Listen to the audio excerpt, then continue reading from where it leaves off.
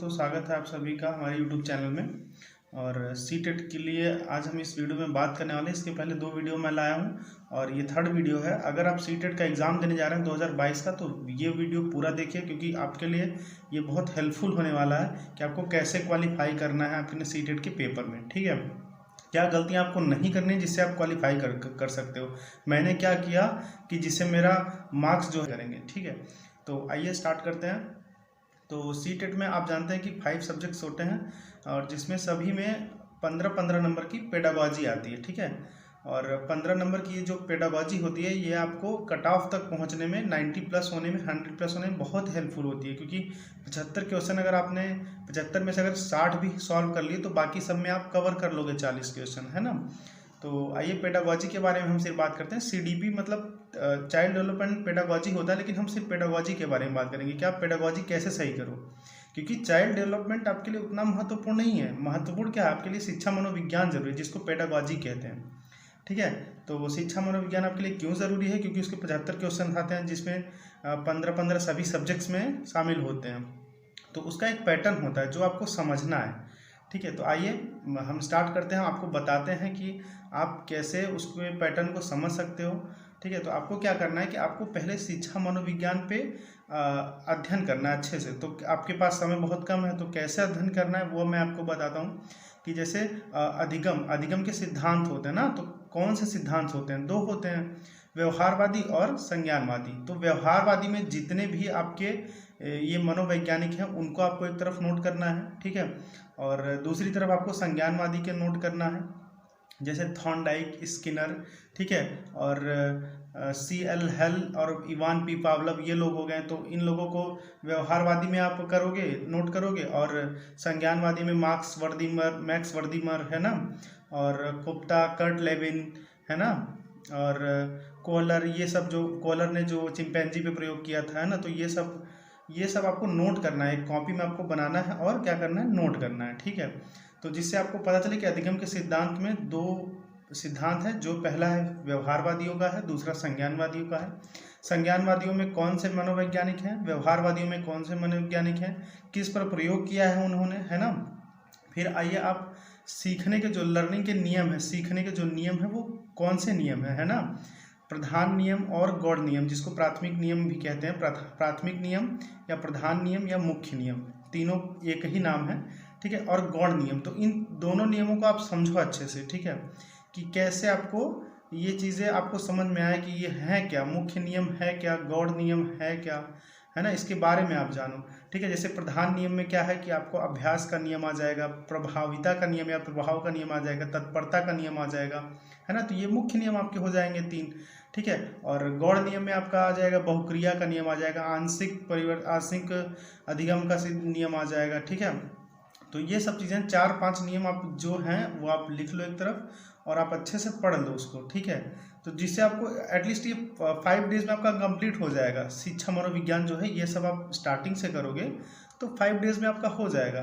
फिर उसके बाद आप अधिगम के प्रकार लिखो। ठीक है, प्रकार कौन से हैं? जैसे गामक अधिगम हो गया, प्रतिबोधनात्मक अधिगम हो गया, ठीक है, और संकल्पनात्मक अधिगम हो गया। ठीक, तो ये सब आप एक तरफ अपना नोट्स बनाओ, किसी का 3rd पर्सन का किसी का नोट्स मत पढ़ो। अगर कोई कोचिंग वाला आपको नोट्स दिया है ना, आप कहीं क्लासेस करो, PDF आपको मिली है, तो आपको वो सब नहीं करना है। आपको ना ही PDF पढ़ना है और ना ही किसी कोचिंग का आपको नोट्स पढ़ना है। अगर ये सब कर रहे हो तो आप अपनी समझ नहीं डेवलप कर रहे हो, बल्कि अपने पेपर में अपने मार्क्स माइनस कर रहे हो आप। ठीक है, क्योंकि अगर उस PDF में से आप शॉर्ट नोट्स एक अपना बनाते हो और अलग से उसको पढ़ते हो तो आपको हेल्पफुल रहेगा, लेकिन वो PDF पढ़ रहे हो तो आपको हेल्पफुल नहीं लगेगा वो, है ना। तो आपको क्या करना है, आपको सिर्फ अपना एक शॉर्ट नोट्स बनाना है जो एटलीस्ट 5 to 10 पेज का हो, मतलब 5 से 10 पेज का होना चाहिए। ठीक, ये पूरा शिक्षा मनोविज्ञान का है ना। आप उसको पेज बनाओ एक और उसमें लिखो, जो चीज़ें आपको याद आ रही हैं वो थोड़ा कम ही लिखो, लेकिन जो नहीं है, नहीं याद आ रही हैं, नहीं याद आपको हो पा रहे हैं, है ना। जैसे संज्ञानवादी और व्यवहारवादी, मान लिया आपको व्यवहारवादियों का जो मनोवैज्ञानिक है उनका नियम आपको याद हो गया, सिद्धांत आपको याद हो गया। ठीक है, संज्ञानवादियों का नहीं हो रहा है, तो आपको संज्ञानवादियों का लिखना है। ठीक है, किसने किस पर प्रयोग किया, जैसे BF स्किनर हो गए, है ना, और एडवर्ड ली थर्नडाइक हो गए, मैक्स वर्दीमर हो गए, ठीक है, इवान पी पावलोव हो गए। तो ये लोग किस पर प्रयोग किए हैं, कैसे किए हैं, ठीक है, कौन से ईयर में किए हैं, ये सब आपको नोट करना है, अच्छे से नोट करना है, क्योंकि एग्ज़ाम में ये सब जो है आपको आपकी समझ को डेवलप करेंगे, ठीक, डेवलप करेंगे, जिससे आप क्वेश्चन को आसानी से ये सब पढ़ लोगे तो सॉल्व करोगे। नहीं तो आपको वहाँ समझ नहीं आएगा, क्योंकि वहाँ चारों ऑप्शन सही लगेंगे, उसमें जो बेस्ट ऑप्शन होगा वो आपको टिक करना होगा, वो आंसर होता है।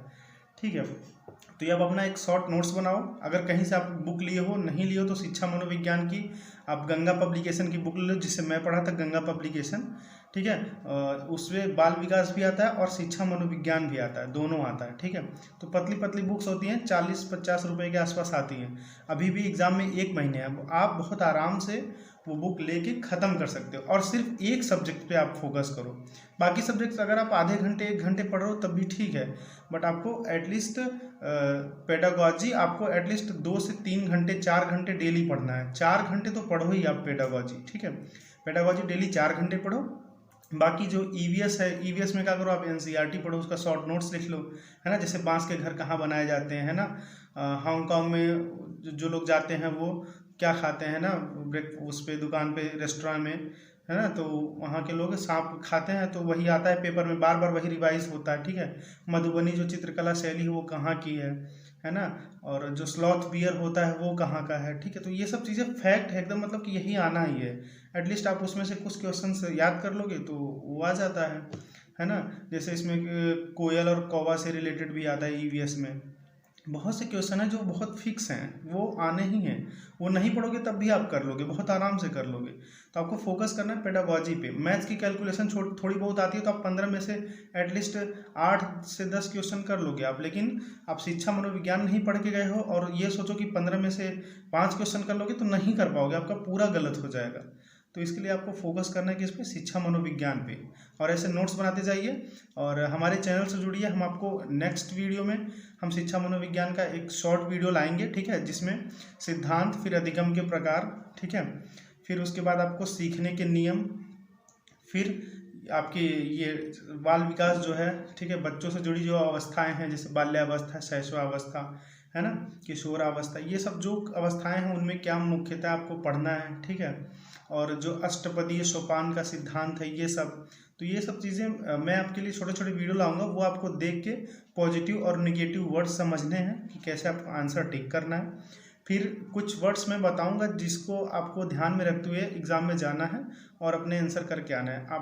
मैं गारंटेड देता हूँ कि आप 100% क्वालिफाई करोगे, अपने ऊपर आप विश्वास रखो, ठीक है, और शिक्षा मनोविज्ञान पे आप पकड़ बनाओ अपनी, ठीक है। मिलते हैं नेक्स्ट वीडियो में। जय हिंद। चैनल को सब्सक्राइब करना ना भूलें। धन्यवाद।